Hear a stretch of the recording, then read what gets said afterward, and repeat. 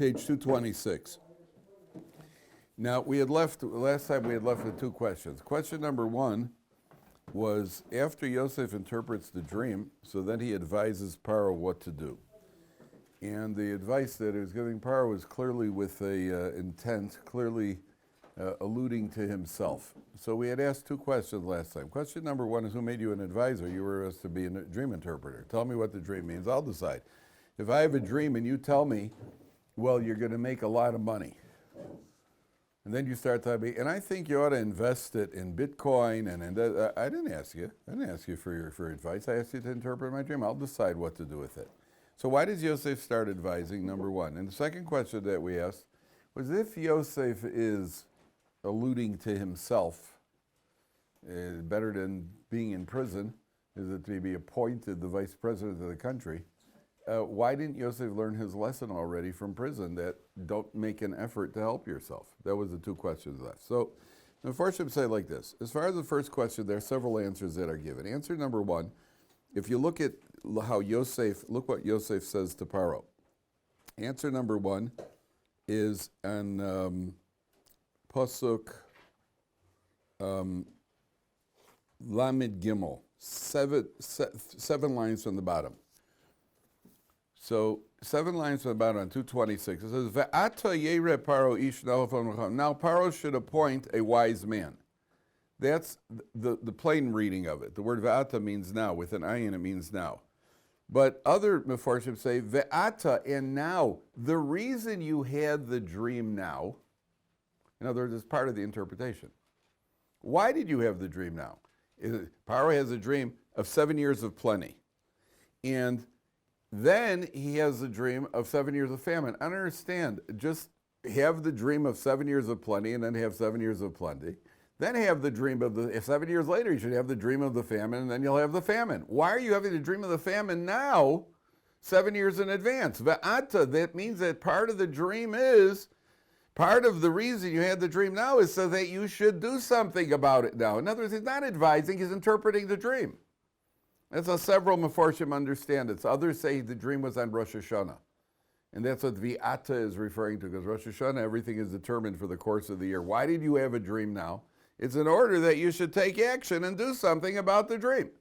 That's one of the approaches. One of the other approaches, very interesting, when Paro, turn back for a second. Paro says to Yosef that when he had the dream,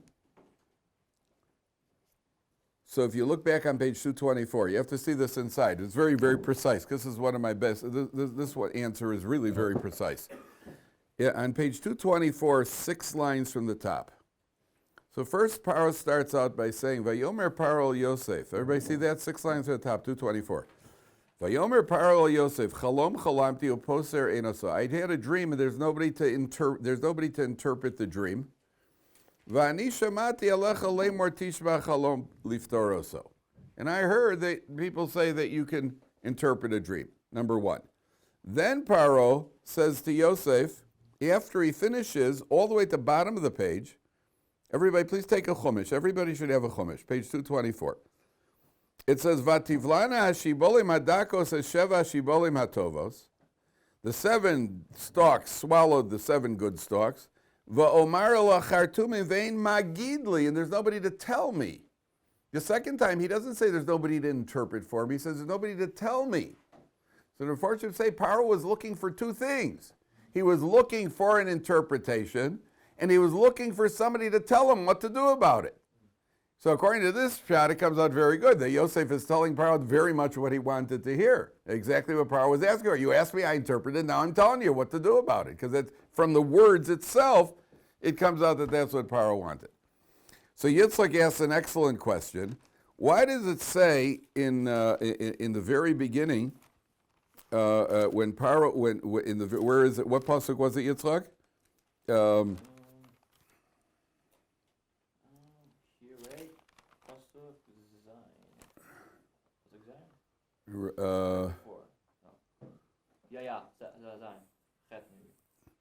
But where is it?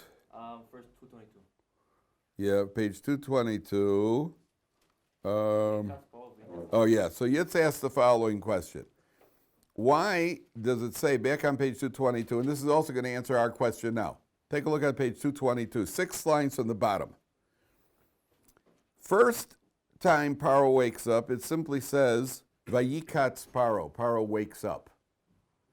Then it says in Pasuk Ches, 6 lines from the bottom, it says, Vayikatz Paro v'hinei chalom. Paro woke up and behold, it's a dream.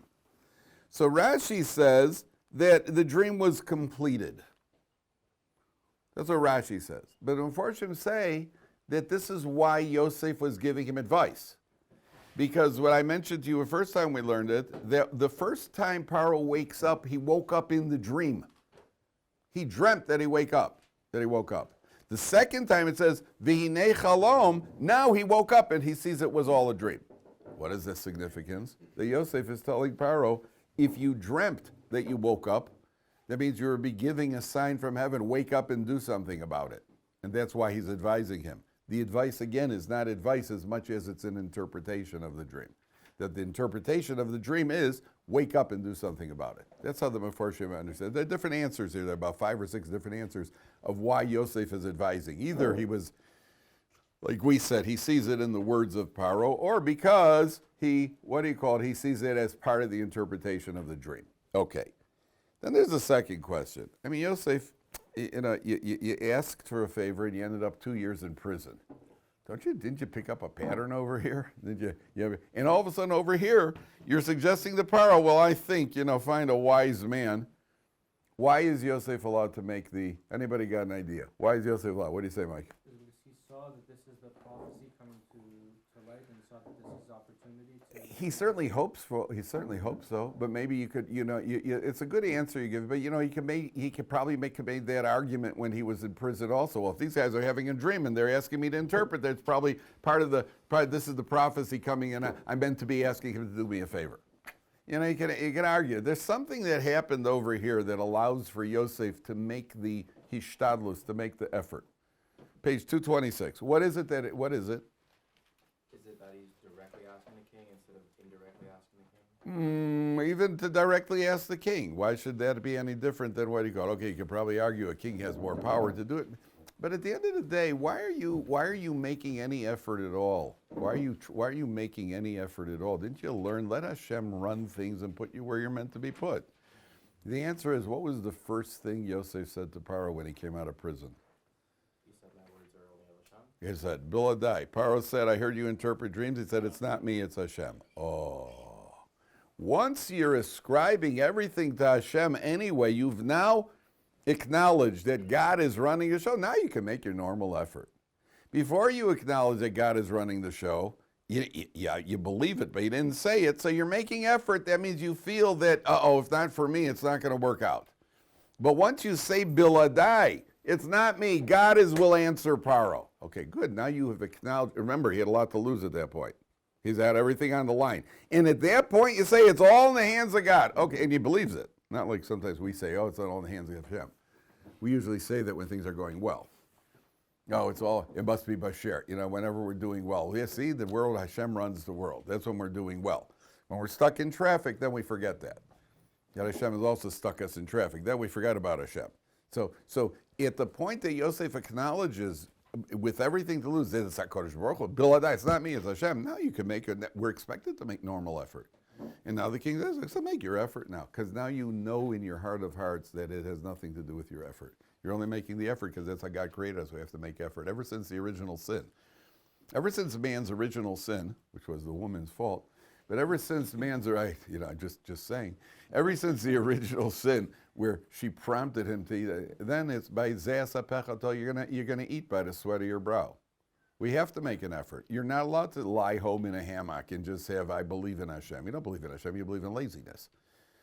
You have to make an effort. That's what we have. But while we make our effort, that's one of the challenges in life, is to realize any ability we have, any success we have, any money that we earn, anything that happens, it's usually in spite of me, not because of me. That's what we have to believe. And therefore, Yosef at this point is allowed to make that request. Number one. Number two, I was thinking myself, when he made the request in prison, let me preempt this. Esther, in the Megillus Esther story, if you remember, she goes to Achashverosh and makes a request.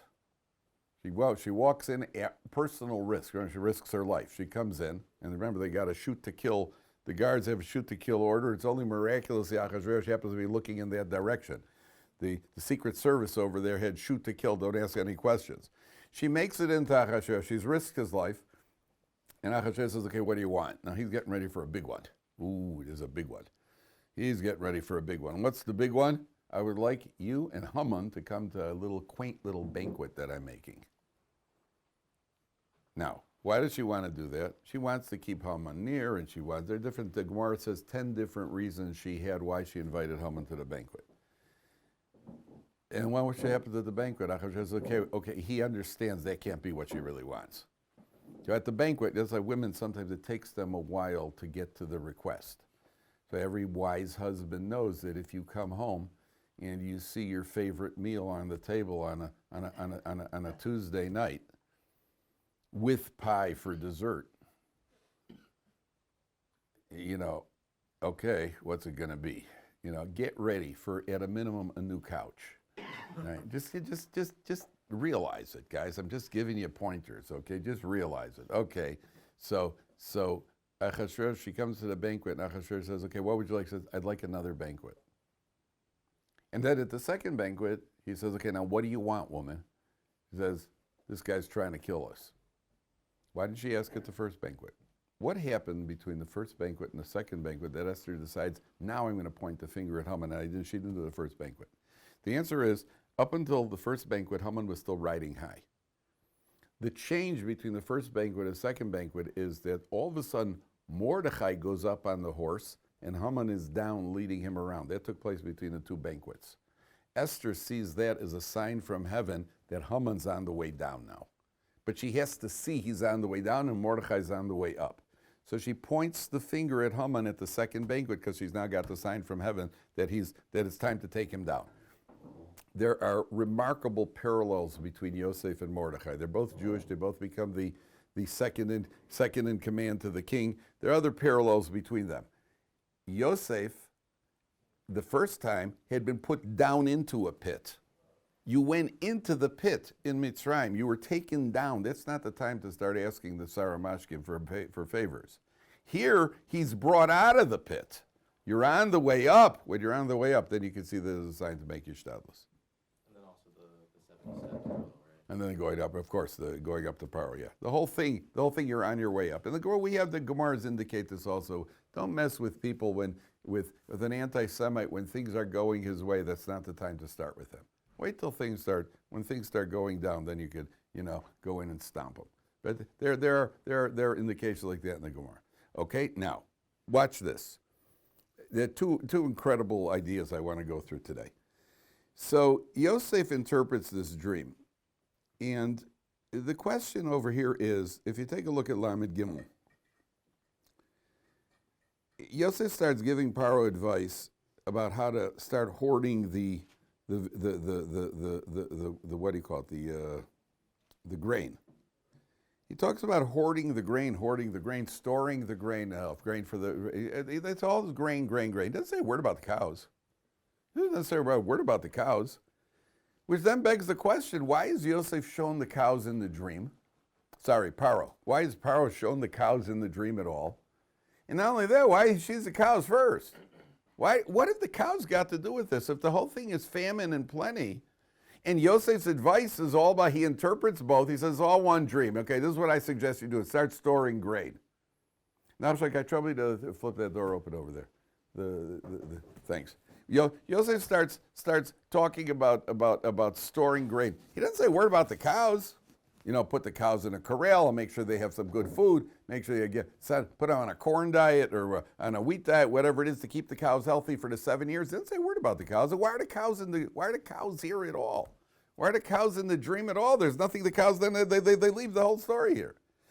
So one of the ideas is that in the years of plenty, not only you're going to have basic food for survival, which is grain. During the years of plenty, you're going to have bread, but you're also going to have meat, a good steak. You're going to have some serious meat. That's how plentiful things are. Okay, that's why he sees them. But what happened to them? Why are they there, and why are they seen first in the dream if really the grain is more essential than the cows are.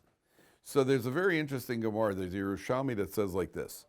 You know, the Gemara talks about Alexander the Great a lot. Alexander the Great is mentioned in the Talmud Bavli. He's called Alexandrus Mokdon.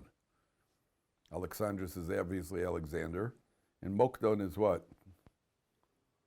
Mokdon. Guys, did you learn any history in school? Did you learn anything in school? Did you learn anything ever? Even I heard of him. Even I heard of him. And I was no great academic. Macedonian. Mokdon is the Alexander the Macedonian. So Alexander the Great once traveled and he came to this foreign king.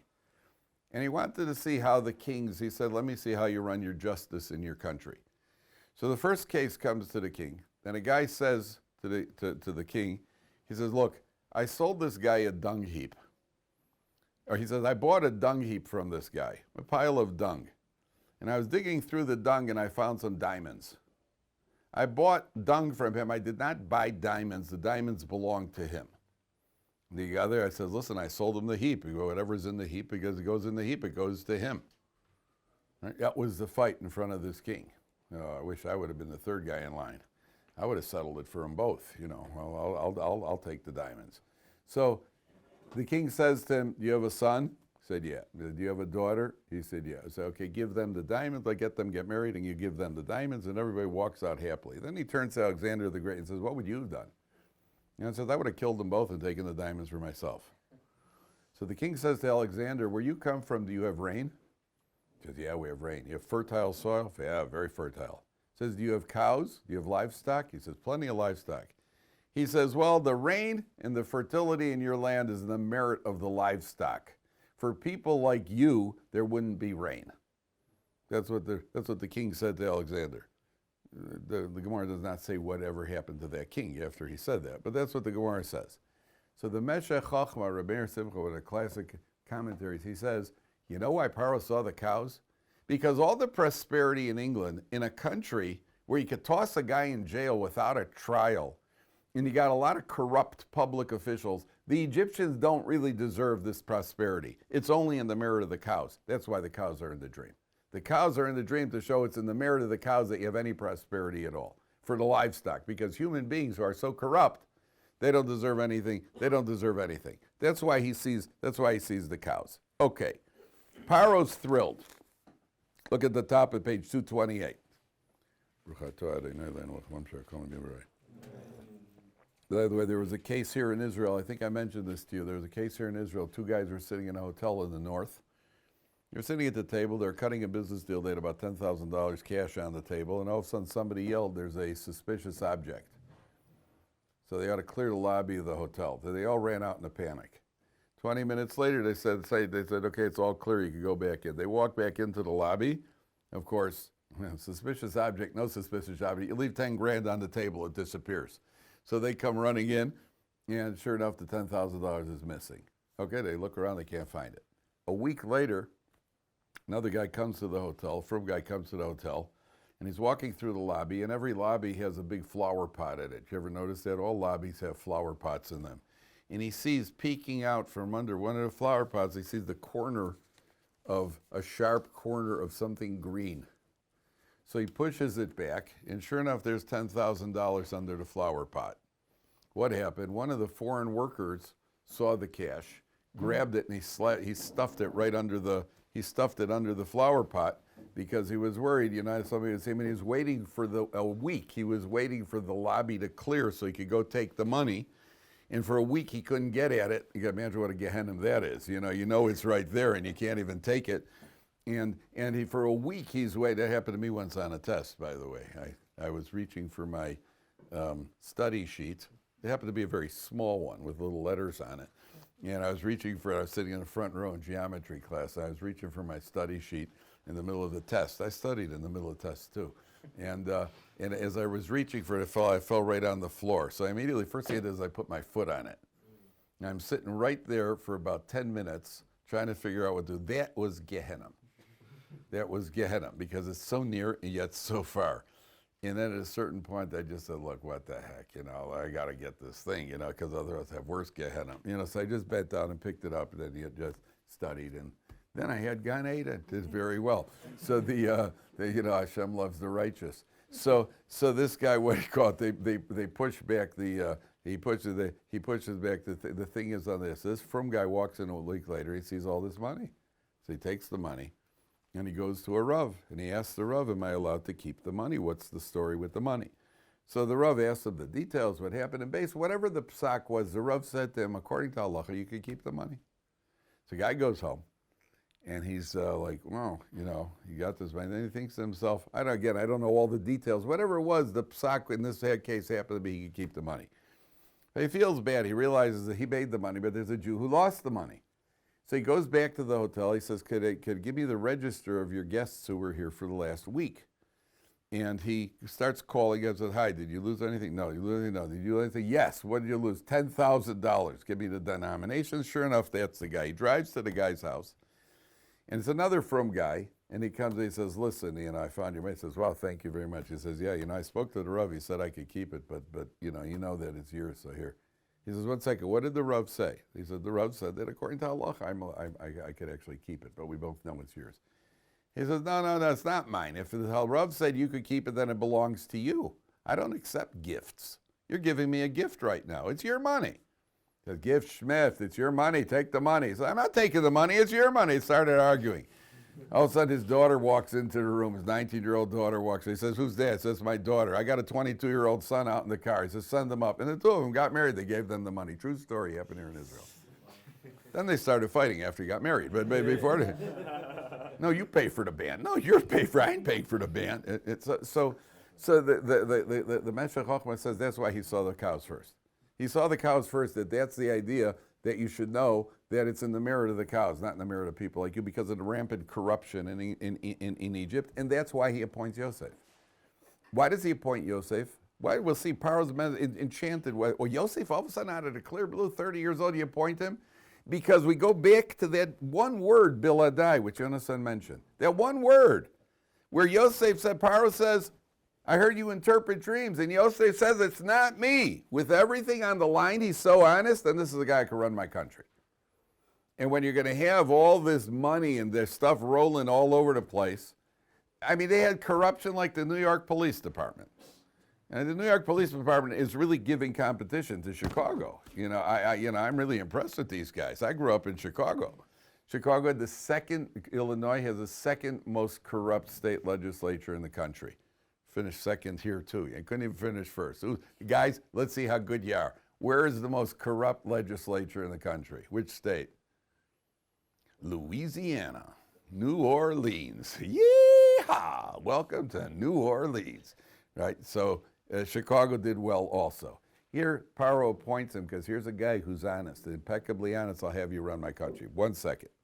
This is one of my, I don't like to use the word favorite because we're not supposed to say we like one piece of Torah more than another. But I'm absolutely enchanted by this idea. If you take a look, now you have to see this inside very carefully. You have to see this very closely into the words inside. Take a look, top of page 228. Vayitav hadavar be'enei Paro. Paro is very happy with this interpretation. The Meshech Chochmah says because obviously he looks good because Yosef, the way Yosef interprets the dream, Paro's got a direct line to God. So Paro likes that. Uveine kol avodav, and it's good in the eyes of all his officials. The avodim in Egypt means the officials. Well, if the king's happy, somehow officials all of a sudden become happy. Isn't that remarkable? If Donald Trump decides to do something about the tariffs, isn't it amazing how everybody in the cabinet agrees with him that that's a great idea? What a coincidence. Wow, it's just amazing. And if he decides to put a barbed wire fence between America and Canada, they'll decide that that's a great idea too. All of a sudden, it's a bunch of yes men. So it's, all of a sudden everybody, yeah, sure, excellent. Hey guys, anybody agree with this? Yeah, great idea, wonderful idea. Good. Vayomer Paro el avodov, hanimtza kazeish asher ruach Elokim bo. Is there any man around with the Spirit of God in him like this? And obviously they don't answer. Paro's question was really a statement. They're smart enough not to know not to. No, sir, there is, yeah, well, actually I know, but my brother-in-law has a friend who's really good also. And they know enough to know not to argue. And then watch this sequence. Watch this sequence now. Pay attention very carefully. Vayomer Paro el Yosef. By the way, the commentaries say, you know why God, our Paro calls it Ruach Elokim? He's got the wisdom of God, the Spirit of God in him. So I saw a very interesting, I forgot who it is, one of the Hasidic masters says, there are two types of wisdom. There's a wisdom that you're born smart. You're just born smart, what we call mazel. Some people are born smarter than others, right? Some people are smarter, everybody's got it. Some people are richer, everybody's smart. When you're born natural, what we call naturally smart, no matter what see the mazel works on the 12 constellations. They go around in a clock, right? If you picture the constellations, they're on a clock. Well, if you're born under this constellation, there's going to be somebody at the opposite end of you, which means no matter how smart you are, there's always going to be somebody to argue with you, because that's nature. It's natural. No matter how smart you are in life, you will always find somebody who will disagree with you. That's it when the wisdom is coming through what we would call natural law, because it obeys natural law. There's one type of wisdom where nobody argues with you, which is what? When it's divine, it's coming directly from the hand of Hashem. Yosef interprets the dream, and not one advisor there turns around and says, I don't know, that sounds kind of, I don't know, that sounds like everybody agrees with it. I'm just telling you a concept. I don't want to go into that. I'm just telling you the concept. And therefore, Paro, according to the first, he sees that as a divine wisdom. But now stay with the sequence. Vayomer Paro le Yosef. Paro says to Yosef, third line, Achareo dia Elokim oscha es kol zos, since God has told you this, Ein navon v'chacham kamocha. There's nobody as wise and insightful. How does our control translate it? As discerning and wise as you. And therefore, ata tia al besi, you will be in charge of my estate. Ve'al picha yishak kol ami, my entire nation is going to be everything decided by your mouth for my entire nation. Rak hakisei egdal mimecha, only my throne is above you, but you're running the show. Everybody in the country is subservient to you. Look at the next pasuk. Vayomer Paro el Yosef. Paro says to Yosef, Re'ena sati oscha kol eretz Yisrael. Look, I've put you in charge of all of Egypt. Anybody bothered by anything? Between these two psukim, anybody bothered by anything? In the wording of the psukim, in the wording specifically in the wording of the psukim. No. Could be, but that's not what I'm looking at. There's something else that should be bothering you between pasuk lamed tes and pasuk mem aleph. I'll give you a hint. In pasuk mem aleph it says Vayomer Paro el Yosef. Something about that should bother you. Is there any talking to Yosef? Yes, excellent. Look at pasuk lamed tes. Vayomer Paro el Yosef. The third line from the top. Paro is speaking to Yosef.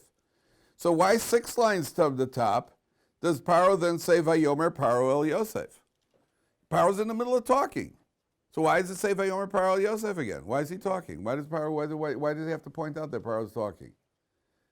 So I heard from Reb Tzvi Meyer Zilberberg. He said like this. I mean, imagine, you come walking into Ohr Somayach. And I say, what's your name? Mike? I want you to become the Vice Prime Minister of Israel. Oh, I don't know how wonderful it is, but you would at least have some reaction. You have some response. If I come over, I tell you, I want you to be the head. You walk into my law firm. I say, hi, what's your name? You're me? I want you to be the head guy in the law firm. I want you to be the CEO. I want you to be the CEO. You walk into Walmart to go shopping. I say, hi, you're me? I want you to be the CEO of Walmart. What would your reaction be? What? Something? You'd say something, wouldn't you? I mean, you'd probably jump up and down. Something. Look what it says. Vayomer Paro Yosef. Look at the third line again. Since God told you all this, ain't novon v'chocham kamocha. Ata tia al beisi, you're going to run my house up. Picha yishak kol ami v'rak hakisei egdal mimeka. Silence. Silence. If I was Yosef at that point and he tells me I'm running the country, I'd say, well, gee, shucks. Well, thanks a lot. Wow, really? I mean, I'll have kosher meals too. Yeah, something. And where am I going to have a mikveh? Yeah, something. I wouldn't remain silent, even if you decline it. No, I don't want to run Walmart. You know, I'd rather not. I got enough on my one way or another yet. And then the next pasuk, we read it as Vayomer Paro Yosef. It's not how you read it. It's not how you read it. It's Vayomer. Paro wasn't expecting to talk now. He was expecting Yosef to talk. There's silence. So then we have to introduce it again. Vayomer Paro Yosef. Paro then says to Yosef, hey, look, kid, look. Nasati Yisrael kol eretz Mitzrayim. I just put you over all of Egypt. You didn't hear what I told you? That means Paro's absolutely, how did you not respond? I wasn't expecting to talk now. That's the second Vayomer Paro Yosef, which then begs the question, and why didn't Yosef respond? Why didn't Yosef respond? Don't take a chance of saying something. And sometimes in life you don't want to say anything. You know, better not to say anything. I don't want to rock the boat over here. Let's see what the man's got to say. Could be. But he knows Paro under these circumstances is really appointing him because that's where Yosef was going with all of this. What do you say, Andrew? Is that a matter of humility? He doesn't want to come out as like, yes, absolutely, I'll do it. I'm like, The truth is that I don't know. The truth is that's not humility. You know, if you're excited, to be excited about something isn't humility.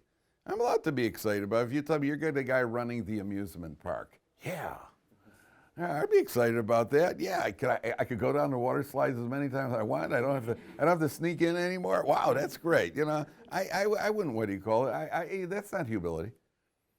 The answer, you're close though. Yosef is the ultimate servant of God. What's the difference how I serve God? What's the difference if I serve God? Either way, I got to get up tomorrow morning and put on tefillin. What's going to be? Because I'm going to be the head of the country. Therefore, all I'm going to do is I'm going to buy myself, you know, the best food and I'm going to party all day. What, get myself a private airplane, or in those cases, a private camel, or whatever it was they had in those days, a private camel with power. What do you call it? Yeah, you know, what do you get excited about? What are you about? What's your life about? My life is about serving God. What's to get excited? To the contrary. When you serve God, when you're rich, you have new responsibility. What's the difference? Either way, I have a responsibility. So let's say you have a great voice. No, I have a great voice. Oh, do I have a great voice? No, you have a great voice. Well, then you're going to have to be the chazan now. You got a responsibility to use it properly. You got organizational skills. Wow, he's a great organizer. Good, go raise money for Ohr Somayach. You've got great organizational skills. You've got a certain talent. You've got a certain gift. So use it. What, you're celebrating because you have a gift? What, so what? So you have a gift, so what? So now you got to use the gift, so what? You're a wealthy man. Now you're going to be expected to support Torah institutions. You're going to be expected to give tzedakah to people at the door, all the while with a big smile, because you got that. So what are you so happy about? You think that's such a wonderful thing? Good, so you got money, so you don't have money worries. You got other issues that you got a responsibility. So Yosef to Yosef, what's the difference? What's the difference? Either way, I'm in it for God. I'm not in it for myself. When I could get that motorcycle that I've always wanted. I mean, ask yourself, gentlemen, if you made a lot of money, what would change in your life? Let's say you made a pile. Stress. You think there's no stress when you have money? I said more stress. More stress. I don't know about that. Even though the Mishnah in Pirkei Avos says, Mar b'nechasim, mar b'de'aga, the more you have, the more worry you have. You know, when you drive an 11-year-old Kolel car and somebody kind of fender benders you, you know, big deal. You still go home and eat supper. When you're driving a $275,000 Lamborghini and there's a little scratch on it, you lose a night's sleep. No matter how much money you got, because that's your baby. That's my Lamborghini. And I said, that's your baby. So when you have a tremendous marbe nechosim marbe legam, but even more than that. You want to hear something chilling? Oh, this is a good one. Oh, you're gonna like this. A man could spend his whole life working to accumulate possessions and then leave the whole pile for who's the someone else? Children, people have no trouble leaving money for their children. The children have trouble because then they start fighting and then they spend all the money on lawyers. But people have no problem if they're leaving for a child. But a man could spend his whole life working hard, earning a pile, and then leaving it for his wife's next husband. Think about that. Think about that. That's enough to make you declare bankruptcy. What's his name? Mr. Heinz. And the Heinz ketchup guy. So his wife, Henrietta Heinz. What a name. Henrietta Heinz. You know who she married? She married John Kerry. Yeah, how do you like that? She married John Kerry. So Henrietta, Mr. Heinz spent his whole life accumulating money so John Kerry could pay to have his hairdo. You know, to have his, I'm telling you, if he knew your wife was going to marry John Kerry after you died, so like you say, instead of he'd eat mustard, right? Forget the ketchup, right? You understand? You go, it's futile. So you got to worry over there that a poor man doesn't have to worry about. All of a sudden, the rich guy's got to worry. I go, whoa. What's going to be with my money? To say nothing about worrying about being kidnapped. So we were kidnapped. You know, the guys in Mexico, the rich Jews in Mexico that have armed guards around them. You know how many kidnappings there are? So a person has the money. Yosef, what's the difference? What's the difference? Either way, I have to serve Hashem. Serve Hashem with money, it makes it a little more convenient. But then I got other issues with the money. Having said that, gentlemen, we still all want the money. Yeah, I know. Okay. So then Paro puts Yosef in charge of the land, and what do you call it? Yosef, now skipping on ahead. We have to skip it. We're running out of time. So take a look at this. Yosef, there's a famine. You have the 7 years of plenty. Then you have the 7 years of famine. And then Yaakov sends the brothers down to Mitzrayim. Now here begins the intrigue. On page 232.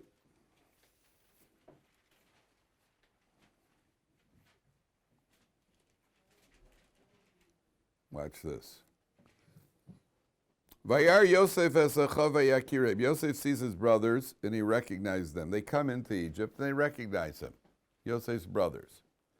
Vayisnakir aleihem. He makes himself like a stranger. Vayidaber itam kashos. He speaks harshly. Vayomer aleihem me'ayin basam. Where'd you come from? Vayomer me'eretz Canaan lishbar ochel. We came from the land of Canaan to buy food. So the Medrash says they entered in different entrances of Egypt. They didn't want to all walk in the same entrance because they were all good-looking, tall, handsome, and they wanted to avoid an ayin hara. So they came in on 10 different entrances. In the meantime, the Medrash says Yosef had left instructions at every entrance by the distributors that everybody who comes in should write down their name and their father's name. And when you find these names, bring them to me.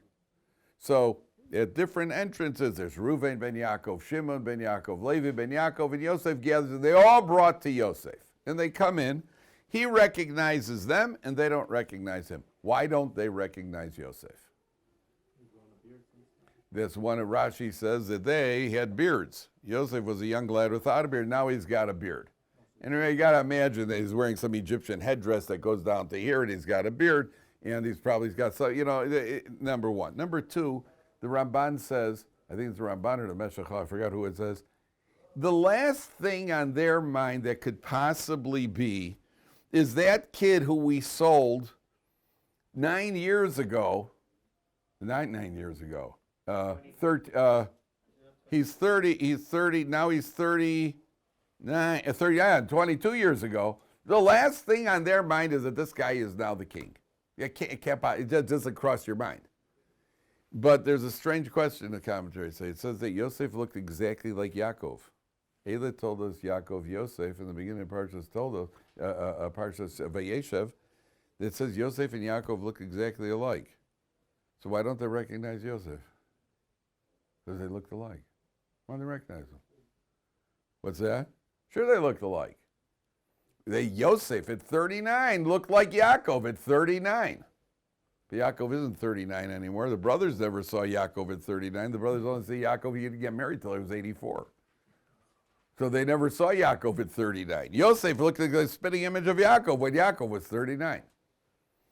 But whatever the case is, look at the next accusation. That we're going to leave it with this. But this is also the Ben Ish Chai says this. It's also a stunning shot. On the top page 234, Vayizkor Yosef es hachalomos asher cholam lahem. Yosef remembered the dreams. Vayomer aleim meraglim atem, your spies. Liros es ervas haaretz basem. You've come to see. How does he translate the vault? Literally, the article translates the nakedness of the land. I mean, that does not make any sense on a literal translation. The land is always naked. You ever see lawn wearing clothing? I mean, you know, if you walk outside, the earth is always naked. So what does it mean, the nakedness of the land? I would not translate it. I would translate Liros as erva sa'aretz. The word erva means nakedness, but I would, if I was translating directly, I would translate the vulnerability of the land. What are spies looking for? Spies that come in to see where it's vulnerable. You know, it says, you're spies. You've come to check out where we're vulnerable. Come to check what does that mean even, the nakedness of the land? But it's a strange turn of phrase, isn't it? So why does Yosef use that turn of phrase? Listen to this one. There's a medrash that says they knew Yosef was a handsome guy. So they figured, look, on the off chance that he's in Egypt, and part of their mission was to go searching for Yosef, on the off chance, but they figured if he's in Egypt, he's a slave, he's not the emperor, he's not the ruler. On the off chance that he's in Egypt, and he's a good-looking guy, he's going to be somewhere in the red light district.